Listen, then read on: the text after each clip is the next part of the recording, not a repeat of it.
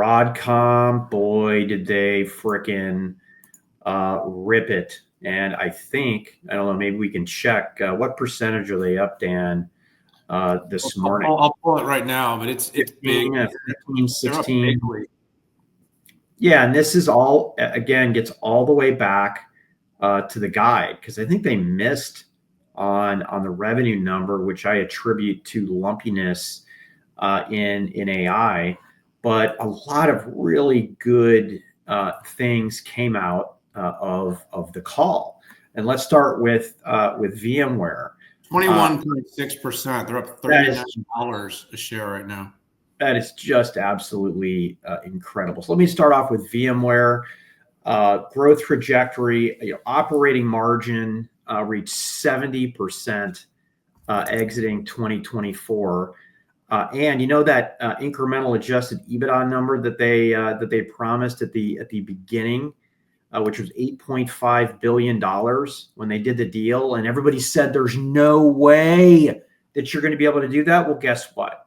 They did it, and they exceeded it much earlier than the initial target of 3 years. Isn't that crazy? I mean, not that I'm like, I don't root for companies, but what I love to see is when somebody says you can't do something and then the company does. Okay. Hold my beer. Exactly. A little bit more on VCF. They signed up 4,500 out of 10,000 customers on the VCF. This is one of the things that, people said wouldn't happen. And, not that there's not any risk in the future for them. I mean, you have companies like AWS who are moving forward with probably transition services and technologies with Q Developer to do that. But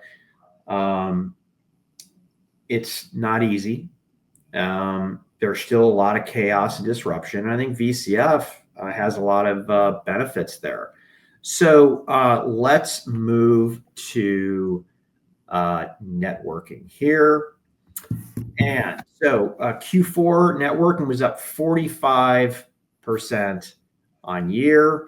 76% of the $4.5 billion is AI networking, and AI and networking grew 158% on an absolute roll. And that also included XPU shipments of the top 3 hyperscaler customers. Hock did say that that's 4 times growth in AI connectivity revenue, which was from the Tomahawk and Jericho.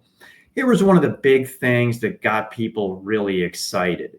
Is Hock said in 2027, quote unquote, we believe each of them, meaning their top customers, plan to deploy 1 million XPU clusters across a single fabric.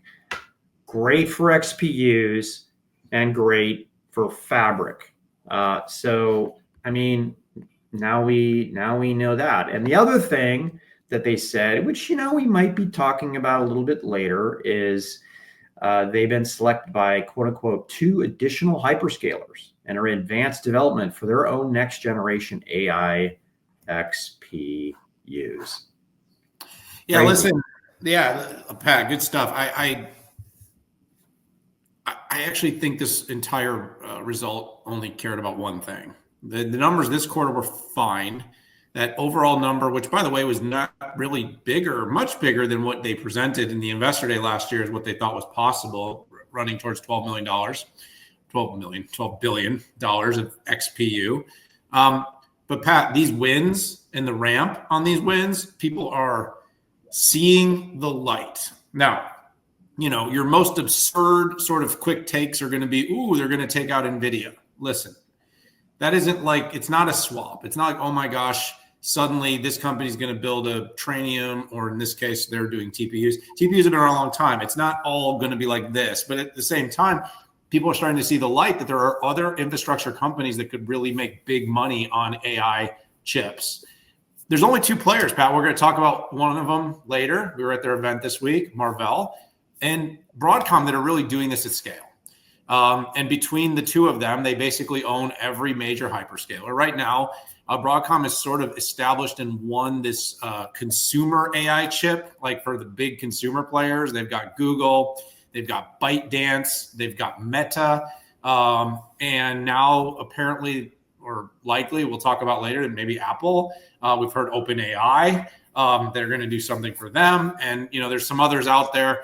Pat, this is faster growth market than the GPUs. Our intelligence says it's going to grow at somewhere between 10 and 20% faster than the GPU market. I actually would say our intelligence is underestimating how fast XPUs can grow.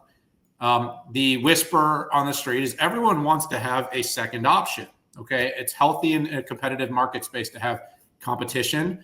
Competition comes in different ways. It can be like AMD and NVIDIA directly with GPUs that have the same kind of use case in the same kind of architecture, but it can also be different. And in this case, an XPU versus a GPU in these large hyperscalers where they have very specific workloads and they can optimize software, optimize the network, optimize the libraries, train the models, and then build and deploy services that can be leveraged off of these. They can do this at scale and do so in a way that's going to be economically more viable for their business. So whether it's these consumer hyperscalers that Broadcom's using, or it's these hyperscalers that are being used for cloud services by enterprises, all of them are kind of doing these two parallel work streams. One is the NVIDIA work stream, very important, very established. The other is the homegrown silicon for both compute.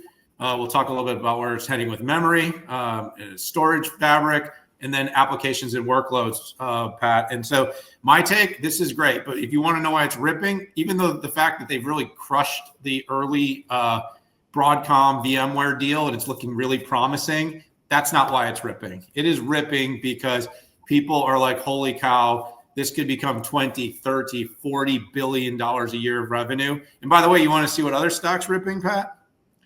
Marvell. Marvell is ripping today because Broadcom is ripping today, because everybody sees this is where it's heading. Really good results for Hock Tan, Charlie Kawwas, and the Broadcom team.